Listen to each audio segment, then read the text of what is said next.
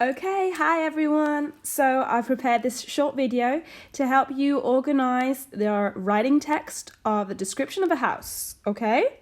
So are you ready to start writing? Let's go for it. The first thing I've done is I've written a mind map where you're going to see all the parts that it has to include, all the aspects, okay? I've also used different colors because I think it's a way to help you understand and memorize and see it better afterwards in the text. So we've got the color yellow, we've got a pink, we've also got blue, green, orange, and purple, okay? So I'm going to use the word adjectives here in the yellow one, okay? This is the most important part of a description. All descriptions have to have a lot of adjectives, okay? Then I'm gonna add here the word rooms and places because we can't forget that we're describing a house. In each of those rooms, we'll find different furniture and also appliances. So we will have to name them and describe them. Apart from using adjectives, the words of rooms and places, vocabulary related to furniture and appliances, we also have to use prepositions to say where each thing is, each room is. It's in front of the bathroom. It's next to the living room. The chair is under the table. Okay, so in, on, under, in front of, behind, next to, between, all of those are prepositions. We can't forget to use lots of linkers and connectors. So we can use moreover, furthermore, but, because, and, also, to, okay? And we can also add some sentence starters. Now, some sentence starters can be talking about, as for, dealing with, concerning, okay? So, for example, when we start describing each room, we'll say, talking about the kitchen, comma, or as for my bedroom, comma, or dealing with the bathroom, comma, okay? So I'm going to quickly write them down here so you can see them. Talking about, blah, blah, blah, comma. As for, comma. Dealing with,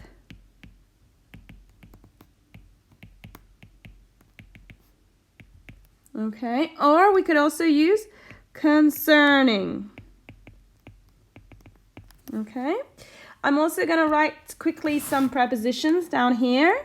Okay, in, on, under, in front of, oops, next to, between, behind. Okay, so you've got some prepositions there to help you. And remember, when we use adjectives, try not to use always big, small, okay? Try to use other adjectives. Remember, from the spelling tests, we can use some, okay? Or we can use also huge or tiny, okay? Or spacious, okay? Tidy, messy. You've got a lot, okay? So this is what your description has to include regarding vocabulary and words that you need to use, okay? But this is not enough. You also need to organize them into paragraphs. And here I'm going to quickly tell you how, okay? So I've written 7 steps, 7 paragraphs. You can have more if you want, or you could even have 6 only because you'll see that the last one is optional, okay? It is true that the first one is going to be a very short paragraph. It's going to be an introduction where you'll write a sentence saying, for example, this is the description of whatever you've chosen. Perhaps you've chosen to describe the house you've made in arts, or you've done a picture and you want to describe that, or your treehouse picture, or for example, you could describe your own house using the information that you used for your show and tell. Okay, it's up to you. Then in the second paragraph, remember always to start on a new line and leave 2 fingers when we start a new paragraph. Okay, in the second paragraph, you will tell us the type of house. Okay, remember if it's detached, if it's semi-detached, if it's a flat, if it's a mansion, if it's a tree house, if it's a whatever house you want, a tent, you decide. Okay, it's up to you. You're also going to tell us where that house is, okay? If it's in Zaragoza, or maybe near the beach, or in Cuarte de Huerva, or I don't know, in Paris or in London, you have to tell us the place, okay? Where is the place? And in this paragraph, you will also tell us the size of your house, okay? If it's enormous, if it's tiny, if it's huge, if it's gigantic, if it's a normal size, okay? It's up to you. Then the third paragraph. In the third paragraph, I think it will be sort of the longest paragraph. Why? Because you'll have to tell us the number of floors. Maybe it only has 1 floor. If it's a flat, perhaps it only has 1 floor, okay? If it's a house, maybe it has 2 floors. I don't know. You decide. And you're going to also tell us the rooms and the places in each floor, okay? So you'll tell us name, the rooms, and the places. Now, I would recommend you to use an adjective before each of the rooms. So here we need to see adjectives before nouns. It's very important, okay? We cannot say kitchen spacious. No, it's going to be a spacious kitchen. Okay? The adjective always, sorry about that. The adjective always goes before the noun. Okay? After you name all the rooms and places in your house, you'll have to describe 1 room. Okay, so describe 1 room, telling us the furniture and appliances in that room. Okay? In the 5th paragraph, you will describe another room in detail. Okay, as I said before, telling us the furniture, using prepositions, where is each thing. Okay?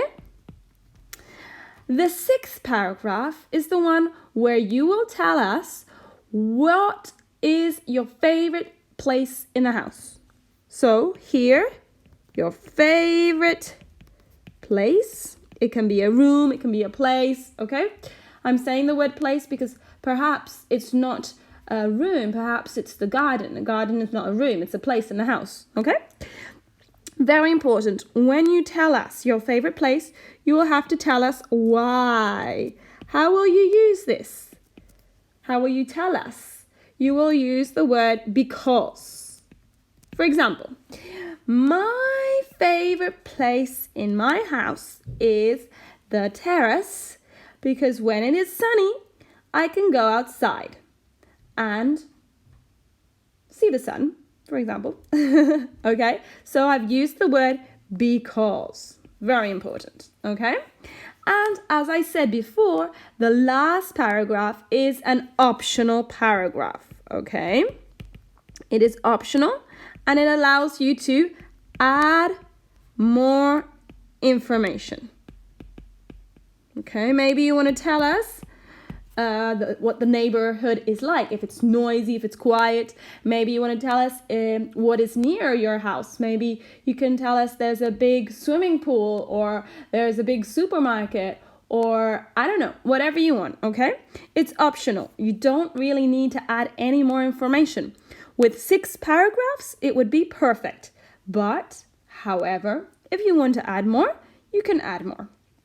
All right? So, let's continue to show you some vocabulary, some information that might be quite useful for you to use, okay? So here we have, one second, oops, sorry about that. Let's go back here, yeah. So here, I'm going to use the pointer so that you can see. We have here, up here, type of house, okay? So we have flat, block of flats, detached house, semi-detached, bungalow, cottage, terraced house, or building. You can use more if you want to. Where it is, okay, in the countryside, in the city center, in the suburb, in a village, or in a town. You've also got here the sizes of your house, the number of floors. Remember, ground floor, first floor, second floor, third floor, upstairs or downstairs, okay? Then also a list of rooms. You have all of these rooms that you can use, okay? And a list of furniture and appliances. You have all of these. You've also got many adjectives that you can use too. And down here, oh, can't see this. Let's see, one second if I put this. There we go. We can see some structures, because it's also very important that you use complete sentences. So it has got, we have, there is, if it's only one thing, there are, if it's more than one, I live in, it is, okay? So this can help you quite a lot to use the correct vocabulary and correct spelling. Remember, it's very important to not make lots of spelling mistakes, because you have all this information and you have all these words and you have to check the spelling before you send it to us, okay? Now, to continue, I'm going to show you an example of a description of a house that I have here, okay? I'm going to read it to you also to help you with your pronunciation, to read aloud, and also for you to see how I've divided it into those paragraphs that I said before, 6 paragraphs, in this case, Ben's house. And I've left 2 fingers to start each of the paragraphs, okay? You can also see that I've used different colors. They are the same colors that I used before. Yellow are for adjectives, pink are for rooms and places, blue, you will see in a minute, are furniture and appliances, prepositions in green, linkers and connectors are in orange. We have there furthermore and we have moreover. And in the next one, you'll see also that I've used purple for sentence starters. Okay, so let's start reading. You can repeat after me. I'm going to go slowly so that you can repeat. Ben's